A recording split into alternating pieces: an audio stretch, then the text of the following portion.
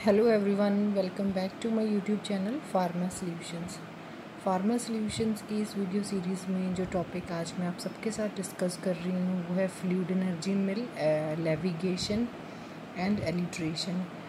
ये chapter size reduction में से है। सबसे पहले मैं अच्छी सी इंट्रो चैप्टर के रिगार्डिंग देती हूँ कि साइज़ रिडक्शन क्या है। साइज़ रिडक्शन बेसिकली क्या है, किसी भी पार्टिकल का हमें ड्रग का साइज़ रिड्यूस करना, कोर्स पार्टिकल में या फाइन पार्टिकल में कन्वर्ट करना, that is size reduction.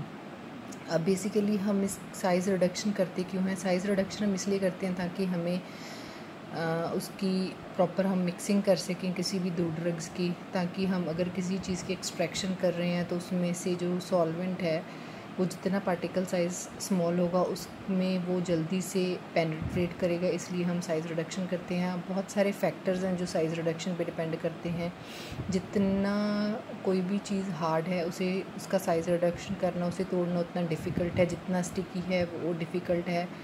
Thermolabile मतलब जो ड्रग्स हमारे हाई टेम्परेचर पे ख़राब हो जाते हैं, उनकी कैसे साइज़ रिडक्शन करनी है, ये सभी फैक्टर्स काउंट आउट करते हैं। अगर आपको ये अच्छे से समझना है तो आप मेरी पीछे वाले वीडियोस में से जाके देख सकते हो, समझ सकते हो। इसके बाद हमने किए हैं कि कौन कौन से वेरियस मतलब वो हैं प्रिंसिपल ऑफ साइज़ रिडक्शन, कौन कौन से मेथड्स हैं, किन किन से, जैसे है कटिंग से हम साइज़ रिडक्शन कर सकते हैं। कटिंग मीन्स नॉर्मली किसी चीज़ को कट करना। क्रशिंग से कर सकते हैं, इम्पैक्ट एंड एट्रीशन से कर सकते हैं। ये वेरियस वो हैं। जैसे कटिंग में से जो हमारी मशीन हम यूज़ करते हैं for the purpose of size reduction वो है कटर मिल। बॉल मिल हमारी दो प्रिंसिपल्स पे वर्कआउट करती है, जैसे इम्पैक्ट एंड एट्रीशन। इम्पैक्ट कैसा होता है, जैसे हथौड़ा काम करता है, कोई भी एक स्टेशनरी चीज़ है उसके ऊपर हम एक मूविंग ऑब्जेक्ट मार रहे हैं तो वो टूटता है, दैट इज़ इम्पैक्ट। एट्रीशन क्या होता है? Attrition is basically similar to crushing. Crushing में क्या होता है कि हम किसी चीज़ को, जैसे दो रोलर मिल की एग्जांपल है क्रशिंग, जैसे दो हैवी के बीच में हम किसी मटेरियल को क्रश आउट कर रहे हैं और वो टूट रहा है, that is crushing. Similarly attrition होता है। अब हमने जो मिल्स डिस्कस कर ली हैं, जैसे कटर मिल डिस्कस कर ली है, बॉल मिल डिस्कस कर ली है, डिसइंटीग्रेटर डिस्कस कर लिया है। अगर आपको ये सभी मिल्स को अच्छे से समझना है तो आप मेरी पीछे वाली वीडियोस फार्मास्यूटिक्स जो सीरीज़ है उसमें से जाके देख सकते हो। आज जो लास्ट हमारी मिल रहेगी है वो जो मैं आपको समझाने जा रही हूँ, दैट इज़ फ्लूइड एनर्जी मिल। अब जो फ्लूइड एनर्जी मिल है इसका जो प्रिंसिपल है, इसका प्रिंसिपल है इम्पैक्ट एंड एट्रीशन। इम्पैक्ट क्या है कि अगर हम कोई भी स्टेशनरी चीज़ है उसके ऊपर हम ज़ोर से मार रहे हैं तो वो टूट रहा है, दैट इज़ इम्पैक्ट। एट्रीशन क्या होता है कि किसी के साथ जैसे घिसर के वो उसका पार्टिकल की साइज़ रिडक्शन हो रही है, दैट इज़ एट्रीशन। अब जो फ्लूइड एनर्जी मिल है इसकी कंस्ट्रक्शन क्या है, ये पाइप ऑफ होती है, लूप ऑफ पाइप होती है जिसका डायमीटर होता है 20 to 200 millimetre mm। 20 to 200 mm इसका डायमीटर होता है और इसकी हाइट होती है 2 mm। डायमीटर पाइप का इतना होता है 20 to और उसकी हाइट होती है 2 मीटर। अब इसकी कंस्ट्रक्शन में और क्या है, इसमें जैसे हम यहाँ से हमारा इनलेट होता है, सॉलिड इनलेट, जिस भी पार्टिकल की हमने साइज़ रिडक्शन करनी है वो हम इधर से इसमें डालेंगे। और इसके बाद क्या होता है, नीचे से होता है फ्लूइड, क्योंकि फ्लूइड एनर्जी मिल है तो फ्लूइड भी इसमें हम डालते हैं। नीचे से हमारा जो फ्लूइड है वो आ रहा है। और एक क्लासीफायर है, क्लासीफायर को हम सीव भी बोल सकते हैं, छन्नी, जिससे हमारा जो भी हमारा पार्टिकल साइज़ है वो नीचे से डिज़ायर्ड पार्टिकल साइज हम उसमें से निकाल सकते हैं through outlet. Means loop of pipe होती है, डायमीटर 20 to 200 mm, हाइट होती है इसकी 2 mm। और एक क्लासीफायर होता है, फ्लूइड इनलेट होता है, सॉलिड इनलेट होता है। अब इसकी वर्किंग क्या है, जब हमने किसी भी चीज़ की से साइज़ रिडक्शन करनी है वो हम इसमें डाल देते हैं। बेसिकली फ्लूइड एनर्जी मिल हम उनमें यूज़ करते हैं जैसे कोई भी हमारा थर्मोलेबाइल सब्सटेंस है जो हाई टेम्परेचर पे ख़राब हो सकता है, तो फ्लूइड क्या करता है, जितनी भी उसकी साइज़ रिडक्शन में हीट जनरेट होती है, फ्लूइड में क्या होगा कि वो उस हीट को ओवरकम करेगा, उसे ठंडा रखेगा। तो हम फ्लूइड एनर्जी मिल में किन की साइज़ रिडक्शन कर सकते हैं, जो भी हमारे थर्मोलवाइट हीट सेंसिटिव सब्सटेंसेस होते हैं उनकी हम साइज़ रिडक्शन कर सकते हैं। अब इसकी वर्किंग क्या है, जब हमने यहाँ से डाला इसमें क्या होती है, high degree of turbulence create होती है, इम्पैक्ट होती है या ट्रीशनल फोर्सेस क्रिएट होती हैं बिटवीन पार्टिकल्स। मतलब बहुत से ज़ोर से ये जब करेगा, बहुत फ्लूइड होगा, एनर्जी से ये टर्बुलेंस क्रिएट होगी, टर्बुलेंसेस भूचाल टाइप क्रिएट हो जाएगा इसमें से।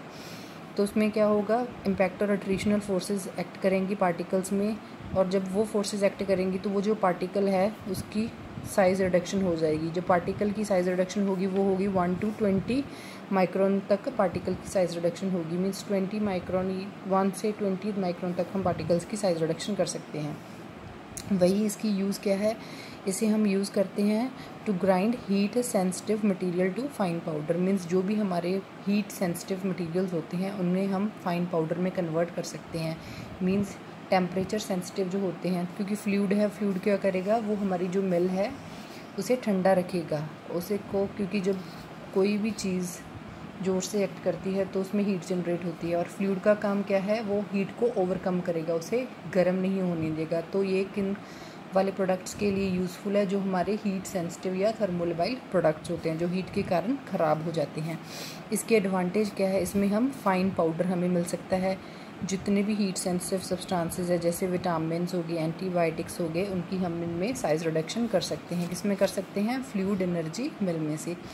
अब इसकी कोई वियर ऑफ द मिल नहीं होगी। मींस जैसे बॉल मिल में मैंने आपको करा है, आप पीछे वाली वीडियो में भी देख सकते हो कि अगर हम उसकी साइज़ रिडक्शन करते हैं बॉल मिल में तो क्या होता है, उसमें स्टील बॉल्स होती हैं जो अगर वो सिलेंडर में ऊपर नीचे होते हैं तो वो क्या होता है, उसमें चांसेस होते हैं कंटेमिनेशन के। मींस बॉल में से कुछ मटेरियल आउट निकल सकता है, बट इसमें ऐसा कोई चांस नहीं है कि कोई इस मिल की वियर और टियर होगी जिसके कारण हमारे जो प्रोडक्ट है जिसकी हम साइज़ रिडक्शन कर रहे हैं उसकी कंटेमिनेशन होगी। अब ये तो हो गया फ्लूइड एनर्जी मिल का कि ये कैसे काम करती हैं, इसके क्या एडवांटेजेस है। नेक्स्ट जो साइज़ रिडक्शन में दो टॉपिक हमारे बच गए हैं, that is levigation and alliteration. Levigation भी प्रोसेस ऑफ साइज़ रिडक्शन है, लेकिन इसमें क्या होता है, ये वेट ग्राइंडिंग होती है। लेविगेशन क्या है, ये इंपॉर्टेंट डेफिनेशन है, काफ़ी बार एग्ज़ाम में पूछी गई है, फार्मासिस्ट एग्ज़ाम के लिए या वैसे हमारे जो नॉर्मल एग्ज़ाम चलते हैं उनमें भी ये काफ़ी बार डेफिनेशन आई है। लेविगेशन क्या है, ये प्रोसेस ऑफ वेट ग्राइंडिंग है। मींस इसमें भी हम मटेरियल की साइज़ रिडक्शन करते हैं लेकिन वेट ग्राइंडिंग करते हैं। Material is converted into paste with water. Means जिस भी हमने मटेरियल की साइज़ रिडक्शन करनी है उसमें हम क्या करेंगे, उसे पेस्ट में कन्वर्ट कर देंगे, वाटर के साथ मिक्स करके उसका एक पेस्ट बना लेंगे।